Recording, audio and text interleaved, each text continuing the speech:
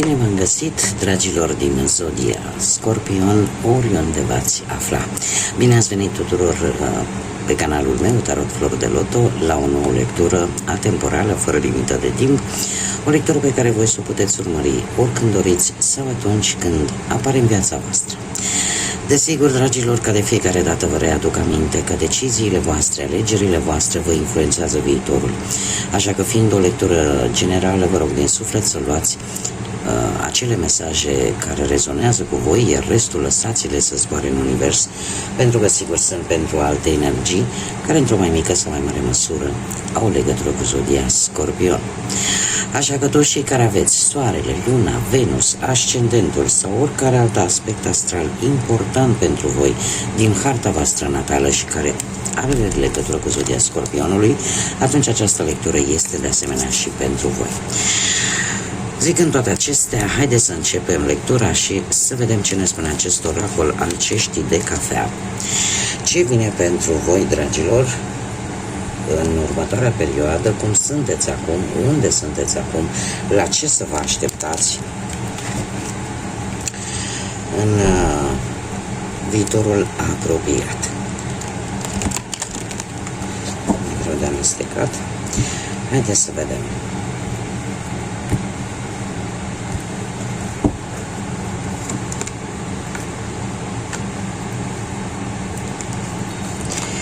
Se pare că cineva vă apreciază.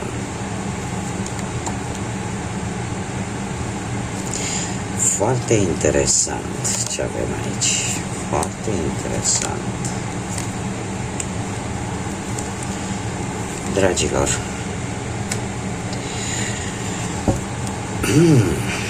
există cineva care vă cam poartă sâmbetele, din păcate. Am o carte aici care îmi vorbește de anumite vești, care pentru voi au fost niște vești destul de îmbucurătoare, mai ales pentru cei care poate ați fost singuri. E posibil să fi întâlnit pe cineva care, nu știu, s-a întâmplat într-un mod total neașteptat. Sau poate că ori v-a ajutat să aflați ceva ascuns, ori pur și simplu, vorbind la modul general, ceva ascuns a ieșit la iveală, ceva a ieșit la suprafață. Că a fost un adevăr, că a fost o situație, că a fost caracterul poate al unei persoane. Cert este că ceva a ieșit la suprafață. Ce mă intrigă pe mine foarte tare este că am aici o energie care îmi vorbește de magie. Îmi poate vorbi de magie, îmi poate vorbi de o karmă, îmi poate vorbi de energia negativă a unei persoane care, nu știu, poate din... Este ca un șarpe, a spune. O persoană care în permanență, cum să vă dați seama, este cineva care în permanență are o stare de furie, de supărare și care, indiferent cât v-ați chinui voi, nu reușiți să vă dați seama care este motivul supărării acestei persoane. Simt nevoia să vă spun că există un soi de invidie. Există un soi de invidie are un motiv ascuns, această energie. Și care e posibil, nu pentru toată lumea este adevărat, dacă vă simțiți lipsiți de energie, dacă vă simțiți așa lipsiți de vlagă, sau nu dormiți nopțile, sau chiar dacă reușiți să dormiți, aveți tot felul de vise tulburătoare care vă strică somnul, trebuie să vă spun că e o forță care se luptă să intervină în energia voastră. și care e posibil să folosească niște metode nu tocmai ortodoxe. Lucrul ăsta totuși pe voi există ceva care vă protejează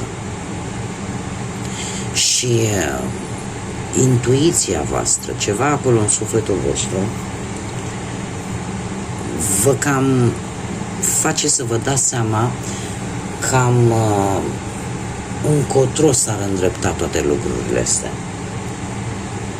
Cam care ar fi motivația? Chiar dacă această persoană încearcă să ascundă adevăratele motive ale atitudinii sale. Ce este foarte, foarte important pentru voi, dragilor, la ce să vă așteptați în următoarea perioadă? Voi aveți o protecție divină. Știți că se spune că în general energiile negative nu atacă persoanele slabe. Atacă acele persoane care sunt greu de combătut, care sunt greu de doborât. Și pe voi nu o să vă doboare, indiferent cât de mult s-ar chinui. De ce? Pentru că aveți o protecție divină.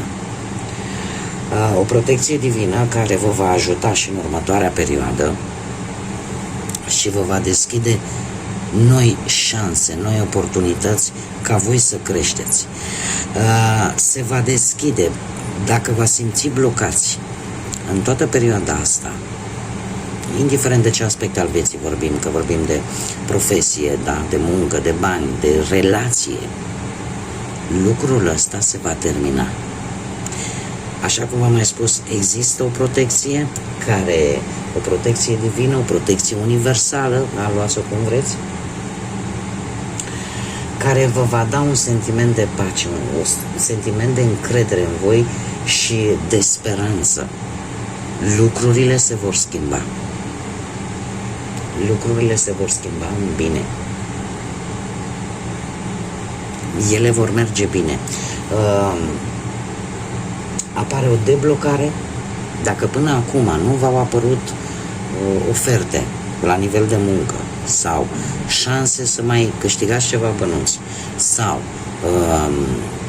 șanse de a îmbunătăți poate relația voastră sau nu ați reușit să vă legați de nimeni sentimental, lucrul ăsta se va debloca. Nu știu, poate că voi prin credința care o aveți sau poate prin simplu fapt că cum am mai spus, aveți o protecție energetică foarte puternică, lucrul ăsta va birui, ca să spun așa, și vă va ajuta să deblocați toate obstacolele care au apărut până acum în viața voastră. Această poartă, în afară de faptul că va debloca aceste șanse, vine și cu activități. Veți începe să faceți anumite activități, nu știu, poate la nivelul căminului, în casă. Și asta vă va ajuta. Se spune că atunci când faci curățenie în casă, da? Eu, de exemplu, fac o mică paranteză, eu aveam un obicei. De fiecare dată în zile, mai ales când se apropiau sărbători mari, cum ar fi Sfintele Paști sau de Crăciun, se făceau, știu de la mama mea și am moștenit lucrul ăsta și l-am perpetuat și de-a lungul vieții mele, se făcea curățenie generală în toată casa, se spăla, se schimbau lucrurile, da, se punea totul să miroasă curat și să fie bine. De multe ori chiar mi-aduc aminte de Paști, pe vremuri chiar se zugrăvea toată casa, se zugrăvea, se vopseau geamuri, uși, da, tocăria și se chema un preot, da, ca să sfințească casa, să facă un maslu, Sfântul Maslu al casei, lucru care eu și eu l-am menținut atât cât mi-a fost posibil, cel puțin cât mă aflam în țară. De când nu mai sunt în țară, nu mai am, din păcate, pe cine să chem, dar îmi fac eu. Da? Și dau cu aiazmă prin toată casa și dau cu tămâie, în așa fel încât să eliberez, cel puțin din punct de vedere energetic, toată casa. Aceste lucruri, poate că unii dintre voi le puteți face sau încă le mai faceți, nu știu. Eu am dat așa un mic exemplu. Dar asta ajută, pentru că asta vă deschide vouă, alungă tot ceea ce este negativ în casă. Ce vine într-un viitor apropiat? Vin schimbări, dragilor. Ar fi bine să căutați, din momentul în care voi vedeți această lectură, să căutați, nu știu, pe Google, să vedeți când începe primul ciclu lunar. Știți că luna trece prin niște faze. După ce încheie faza de lună plină, ea începe un nou ciclu. Da? Vedeți când începe acest nou ciclu. De ce? Are o importanță foarte mare. Influența lunii. Pentru că aduce schimbări. Următorul ciclu lunar va aduce un eveniment foarte important pentru voi. Va aduce schimbări care vor fi influențate de aceste faze ale lumii. Vi se vor schimba gândurile, planurile, într-o modalitate foarte bruscă. Dacă, de exemplu, la un mic exemplu, ca să mă fac mai bine înțeleasă, poate aveți un plan bine stabilit pentru o anumită perioadă, iar acest ciclu lunar începe în respectiva perioadă, e posibil să apară acest eveniment important care va schimba brusc absolut tot planul, va da peste cap. Dar va fi ceva foarte important. Că poate îl va schimba, cum să spun eu aș zice, hai să mai punem o carte. Ce va aduce cu sine această schimbare? Alegeri. O răscruce care apare în drumul tău, unde voi trebuie să fiți siguri că ați ales drumul cel bun. Dacă nu sunteți siguri, atunci nu alegeți deloc. Lăsați să treacă această perioadă. Dacă sunteți într-o fază de indecizie, ar fi mai bine totuși să vă abțineți să luați decizii în perioada respectivă. Dacă, nu știu, primul pătrar de lună cade în ziua cutare, până când el trece în următoarea fază, e bine zilele alea, perioada aia, să nu luați decizii. Dacă nu aveți o anumită siguranță, nu aveți argumente foarte bune, e ca un avertisment care vine pentru voi. Este foarte interesantă lectura voastră și deja sunt sigură că o să fie destul de lungă. Până acum, cred că este cea mai lungă lectură, dar sunt lucruri interesante. Haideți să vedem ce ne spune tarotul pentru voi, dragilor din Scorpion, și ce vine în următoarea perioadă în viața voastră. Pentru voi și pentru toți cei care aveți o legătură importantă cu această zodie. Tot ce se va întâmpla vis-a-vis de aceste faze lunare este modalitatea Universului, a divinității, la cine considerați voi, de a vă preveni, de a vă feri, ca să zic așa. Eu nu știu exact ce se poate întâmpla în acel moment, spun decât strict ce mi-arată cărțile. Da, se pare că exact ce vă spuneam, dar haideți să le pun pe toate. Da, ele se leagă foarte bine, atât tarotul cât și cărțile de oracol. Dragilor, ați avut o perioadă, așa cum bine se vede, în care v-ați pus la bătaie toate aturile voastre, tot ceea ce voi, abilitățile pe care voi le aveați, le-ați pus la muncă, poate pentru a rezolva o situație financiară sau poate pentru la locul de muncă, pentru a avansa în cariera voastră profesională sau poate pentru a trece peste o situație negativă relaționată cu relația voastră sentimentală, în care v-ați dat seama că totuși relația în sine depinde foarte mult de voi și ați făcut tot ceea ce a ținut de voi. Dacă vorbim de cei singuri, cumva ați încercat să vă folosiți de absolut, cum am mai spus, tot ceea ce voi dețineați pentru a cunoaște pe cineva. Și într-adevăr, avem aici un as de bâte. Un as de bâte care vorbește de un nou început, în care voi ați avut încredere în intuiția voastră și a fost un lucru bun, da? În care voi ați făcut primul pas.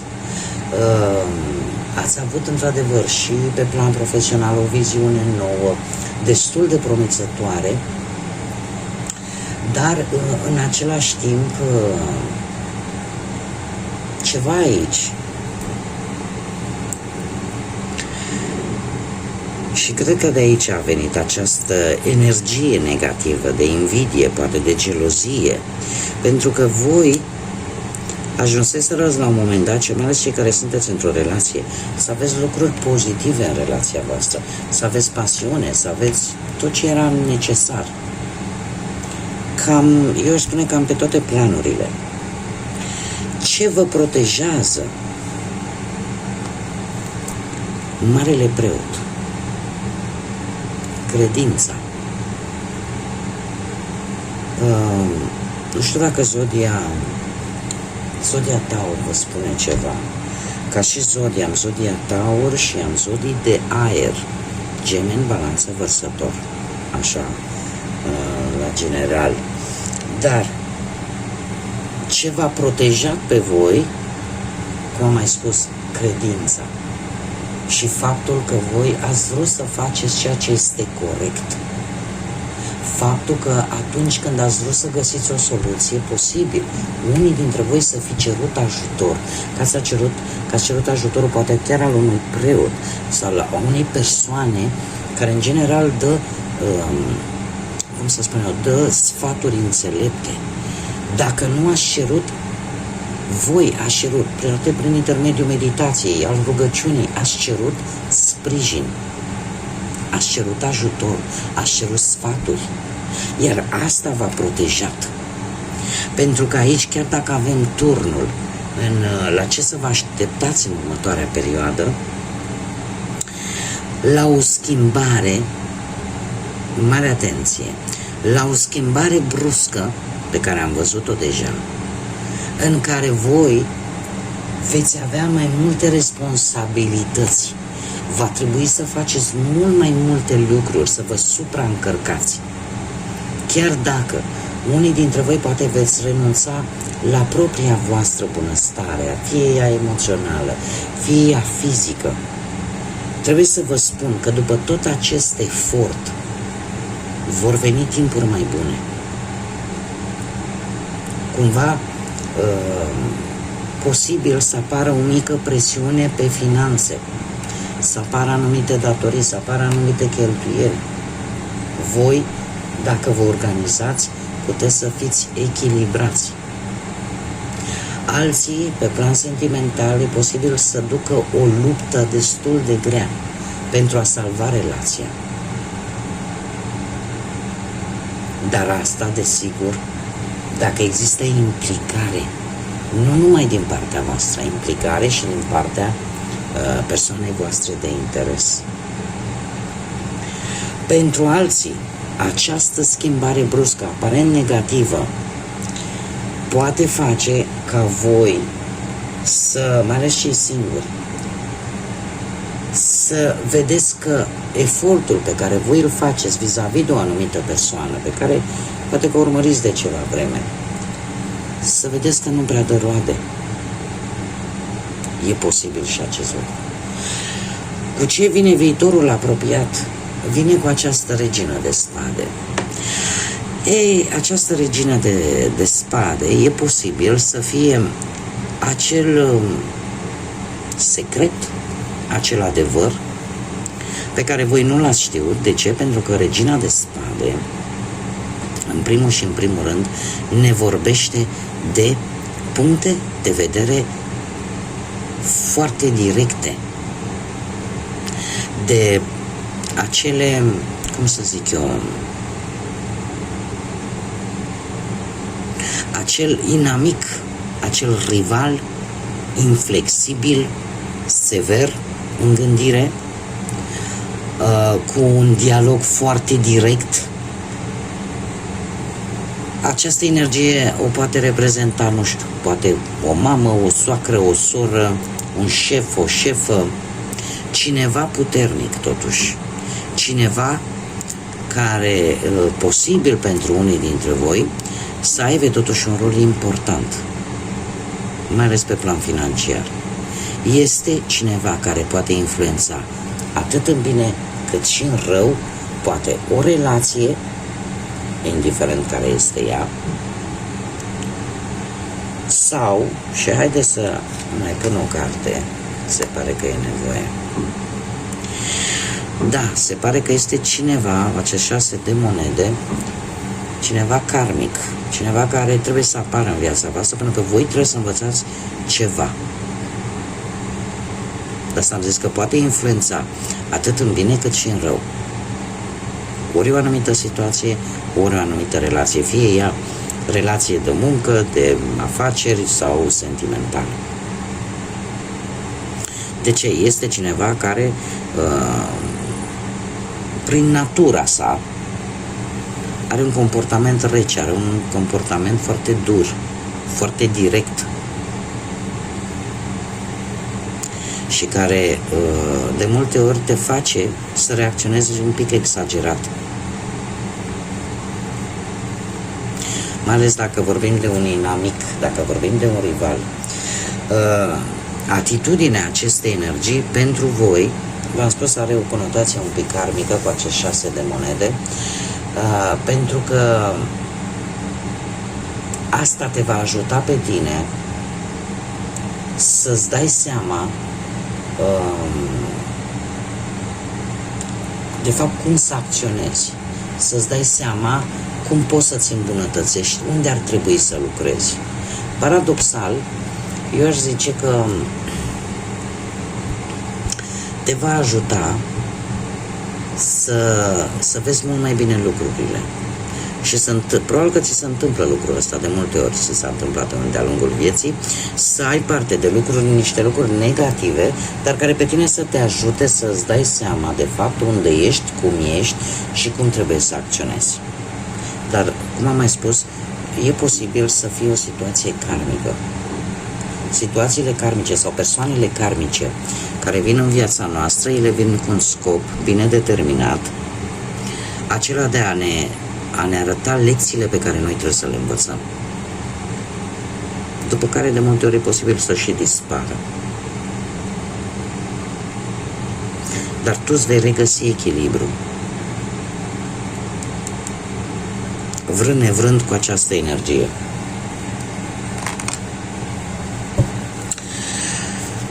Mergem mai departe. Haideți să vedem ce spirit animal vă va însoți și ce mesaj are pentru voi, dragilor din Scorpion, în următoarea perioadă.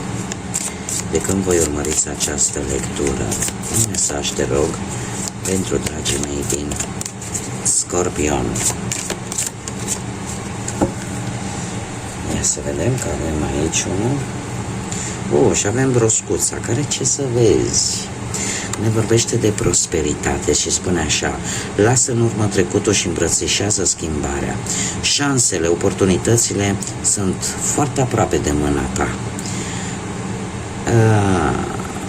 Speră în această nouă zi cu bucurie.